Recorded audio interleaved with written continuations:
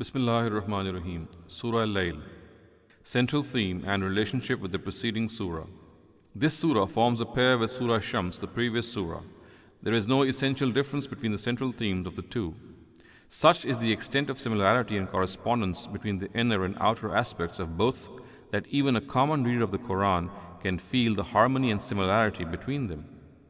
In the previous surah, it is stated about the human soul, قَدْ أَفْلَحَ مَنْ زَكَّاهَا وَقَدْ خَابَ مَنْ دَسَّاهَا, or he succeeded who purified it and he failed who contaminated it. In this surah, this basic issue has been taken up and the things which contaminate it are explained and the strategy to protect it and things which purify and the way this purification is achieved are also discussed. Analysis of the Discourse. Section 1, verses 1 to 4. The evidence of the world around man and the world within him is presented to show that the day of judgment is bound to come. In this world, the Almighty has created everything in pairs. Everything becomes meaningful in conjunction with its counterpart. This proves that this world also has a counterpart, which is the hereafter, which makes the world a meaningful place. Without it, it becomes a meaningless place in which good and evil are of the same status, even though there is an obvious difference between them. Section 2, verses 5 to 7. Mentioned in these verses are the character and ideology which entitles a person to the successes of the hereafter and also smooths out the way for him to reach it. Section 3, verses 8 to 10. Mentioned in these verses are the character and ideology of a person which lead him to doom and to the pit of hell. Section 4, verses 11 to 14. The Quraysh are admonished that the only responsibility of God is to guide them, which He has. It is not His responsibility to make them adopt this guidance. If they tread on the path of guidance, it is they who will benefit. Otherwise, they should know that this world and the next are in the grasp of God. Neither can anyone save them here from Him, nor be of any benefit to them in the world to come. Section 5, verses 15 to 21. An explanation of the character of people who will be thrown into hell and those who will be shielded from it and how they will be rewarded. Text of the surah. Bismillahirrahmanirrahim.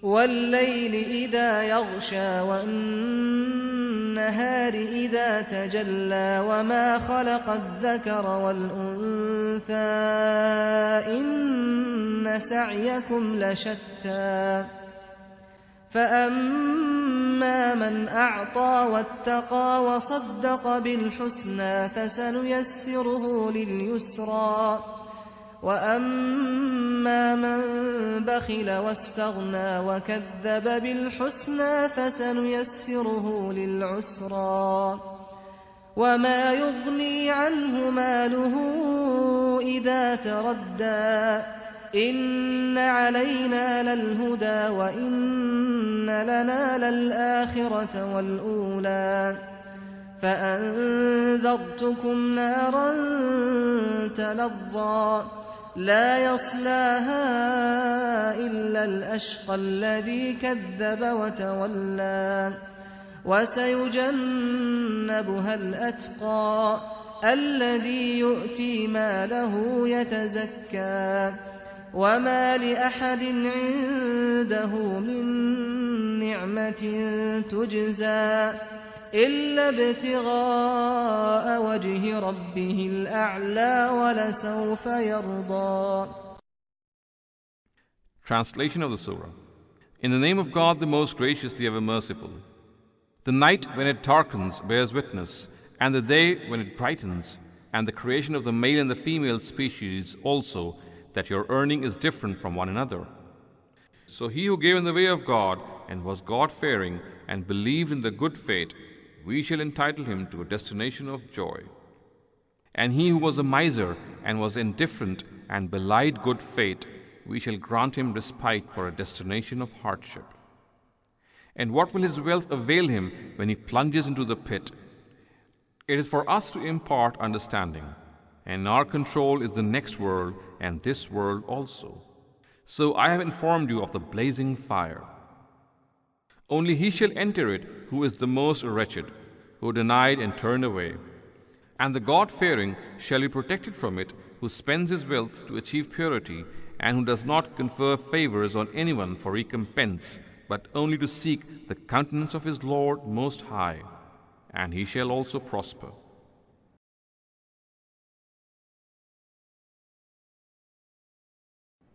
Explanation of the Surah. وَاللَّيْلِ إِذَا يَغْشَى وَالنَّهَارِ إِذَا تَجَلَّى وَمَا خَلَقَ الذَّكَرَ وَالْأُنثَى. The night when it darkens bears witness, and the day when it brightens, and the creation of the male and the female species also. We have been explaining at various instances in this tafsir that the various oaths sworn by natural phenomena are meant to substantiate a premise. The night and day, the male and female species, form complementary pairs, and together these pairs fulfill the purpose for which they have been created by the Almighty. Each member of a pair possesses a void which is only filled by the other. Without its counterpart, neither does the thing have any use, nor can one understand the purpose of granting it with certain capabilities. The Qur'an is not only presented as harmony between opposing members of a pair as an argument on monotheism, which we have alluded to under relevant verses. It has also presented it as an argument to substantiate the hereafter, as is the case in this verse. For example, it is said in Surah Zariyat, وَمِن كُلِّ شَيْءٍ خَلَقْنَا زَوْجَيْنِ لَعَلَّكُمْ تَذَكَّرُونَ, or, and made pairs from all things so that you may receive reminder. Surah number 51, verse 49. That is to receive reminder on the fact that this world also has its counterpart, with which it forms a pair, and it is with this counterpart that it fulfills the purpose for which it had been created. We have already explained this aspect in the referred to verse of Surah Zariyat and at other places of this tafsir as well. I shall also elaborate upon it when in the coming verses of this surah the complement of oath of the Muqsam alayh is explained. The particle ma in the verse وَمَا خَلَقَ الذَّكَرَ وَالْأُنثَى is of the nature of a verbal noun. I have already discussed it under the 5th verse of the previous surah. Repeating it here would be needless. Inna sa'yakum lashatta, that your earning is different from one another. This is the claim which is substantiated from the oaths sworn in the previous verses. The fact that every object exists in this world in pairs, and the fact that it is together with its counterpart that an object fulfills the purpose for which both have been created, shows that this world also has a counterpart, which is the next world. This next world is a certainty, and it is with it that this world seems a meaningful creation. Otherwise, it is a meaningless and pointless entity. If there is no next world, this would mean that the righteous and the wrongdoers are of equal status before the Creator. It is of course against the majesty of a wise Creator that he regards the reward each earns from his deeds to be equal. The word sarya is used not only for effort, it is also used for the consequences of an effort, and here it is used in this latter sense. In the following verse, an example of this usage can also be seen. وَأَن لَيْسَ لِلْإِنسَانِ إِلَّا مَا سَعَى وَأَنَّ سَعْيَهُ سَوْفَ يُرَى, or, and that each man shall be judged only by what he strove for, and that his labors shall soon be examined. Surah number 53, verses 39 and 40. The word shatta is the plural of shatit and refers to what is different and separate from one another. The implication is that it is an obvious requirement of human nature and intellect that the consequences of the sarya of the righteous and the wrongdoers be different. Those who have done virtuous deeds be rewarded, and those who have done evil deeds will be rewarded accordingly. In other words, the claim that the day of judgment must come has been presented here on the basis of the real need for the advent of such a day. It is essential that such a day come, because without it, this world is nothing but a place of merrymaking where one may go scot-free for all one's deeds. Thus, for this reason, the Qur'an has asked people who do not believe in the day of judgment, أَفَحَسِبْتُمْ أَنَّمَا خَلَقْنَاكُمْ عَبَثًا وَأَنَّكُمْ إِلَيْنَا لَا تُرْجَعُونَ, or, do you think that we have created you in vain and that to us you would never be returned? Surah number 23, verse 115. At another instance, this same question is posed in a manner expressing amazement to those who deny the Day of Judgment. أَفَنَجْعَلُ الْمُسْلِمِينَ كَالْمُجْرِمِينَ مَا لَكُمْ كَيْفَ تَحْكُمُونَ? Or, are we to deal with those who submit to us as we deal with those who transgress? What is the matter with you? What is this judgment you make? Surah number 68, verses 35 and 36. فَأَمَّا مَنْ أَعْطَى وَاتَّقَى وَصَدَّقَ بِالْحُسْنَى فَسَنُيَسِّرُهُ لِلْيُسْرَى. So he who gave in the way of God and was God-fearing and believed in the good fate, we shall entitle him to a destination of joy. This verse mentions the details of the difference between what the righteous and wrongdoers will earn there, and which should also become evident. A mention of the word ittaqa after arta is to express the fact that the purpose of this spending in the way of God should not be to boast and brag or some other worldly motive. It should only be the desire to gain the pleasure of the Lord and the fear of the day on which nothing except good deeds shall avail a person.